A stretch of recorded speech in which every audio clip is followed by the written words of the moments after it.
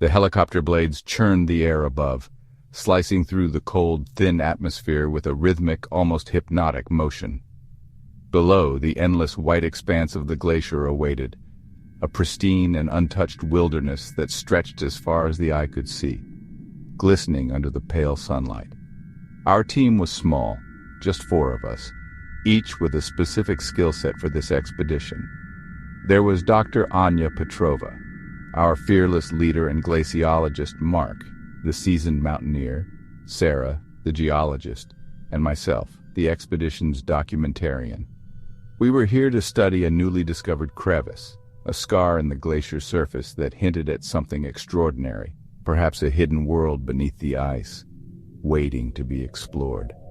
As the helicopter touched down, a gust of icy wind tore through us, carrying with it the promise of adventure and the harsh reality of the environment we were about to face.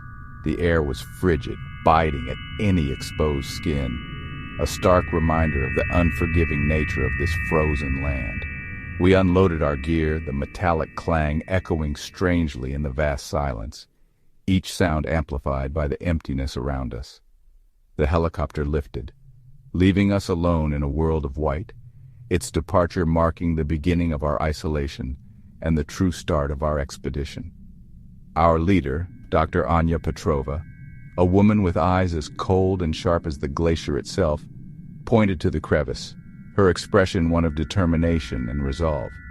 It was a jagged wound in the ice, disappearing into darkness, a mystery that beckoned us to uncover its secrets.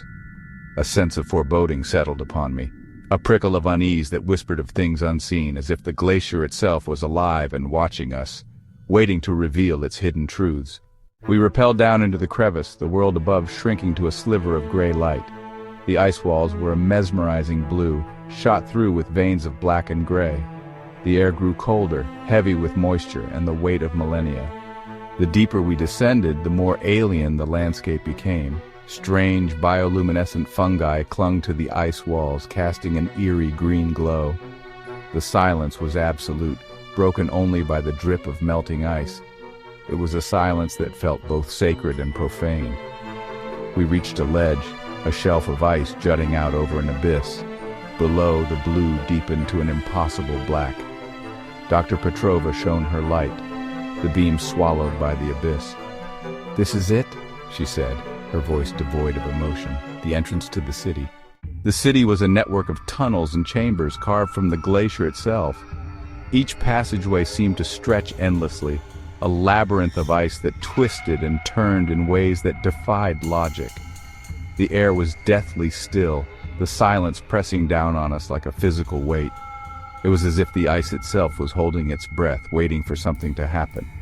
As we moved, our headlamps cast grotesque shadows that danced and writhed on the ice walls. The flickering light created an eerie ballet of darkness and light, making the ice seem almost alive. I began to hear things, whispers carried on the edge of perception. They were faint at first, barely audible, but they grew louder the deeper we went. They seemed to emanate from the ice itself, faint and sibilant, speaking in a language I couldn't understand. It was as if the glacier was trying to communicate, to tell us its ancient secrets. When I mentioned it to the others, they dismissed it as the stress of the environment. They laughed it off, attributing it to the isolation and the cold, but I couldn't shake the feeling that something was watching us.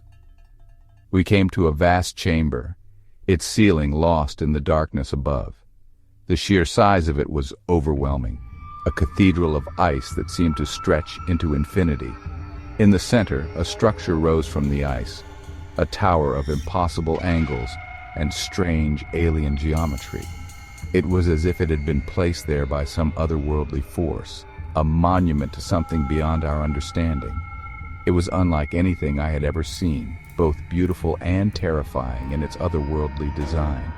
The intricate patterns and shapes seemed to defy the natural order, a testament to the mysteries hidden within the glacier. The city was not empty. We found remnants of a civilization long gone, tools carved from bone, strange symbols etched into the ice walls, and most disturbingly, skeletons. They were not human. The skeletons were humanoid, but elongated, with delicate, bird-like skulls. Their eye sockets were large, empty, staring out at us with a silent accusation. Dr. Petrova theorized they were an ancient species adapted to life within the glacier. As we moved deeper into the city, the whispers grew stronger, more insistent. I began to see things in the shadows, fleeting glimpses of movement that vanished when I turned my head. My unease blossomed into full-blown terror, a cold dread that settled in the pit of my stomach. Section 5. The Watchers. They were not skeletons, not all of them. We turned a corner in a narrow passage and found ourselves facing them. They stood motionless, figures shrouded in rags, their forms barely discernible against the ice. Their eyes, though, were unmistakable. They burned with an unnatural light, cold and hungry.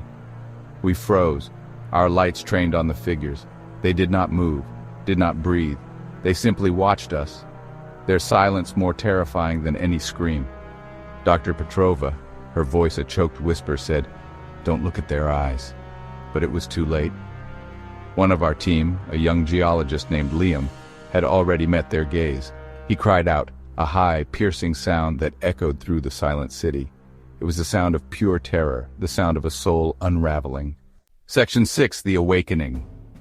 Liam's scream seemed to break the spell. The figures stirred, their ragged forms resolving into something monstrous, something inhuman. They moved with an unsettling grace, their eyes never leaving us. Terror lent wings to our feet. We ran, our headlamps bouncing wildly, casting grotesque shadows that chased us through the city of ice. The whispers became screams, a cacophony of sound that tore at our sanity. We were lost in a labyrinth of our own fear, the ice closing in around us. The ice itself seemed to react to our pursuers, the walls shimmering and pulsing with an unnatural light. Cracks spiderwebbed across the ceiling, and chunks of ice rained down upon us. We were trapped in a nightmare, hunted by creatures out of time. Section 7. Fleeing the Deep. We emerged from the crevice into the blinding white of the glacier's surface. The helicopter was a distant speck on the horizon. We had made it, but Liam was gone. Taken by the creatures of the ice, his scream still echoing in my ears. Dr. Petrova, her face pale and drawn, didn't need to be told. She knew what we had seen, what we had unleashed.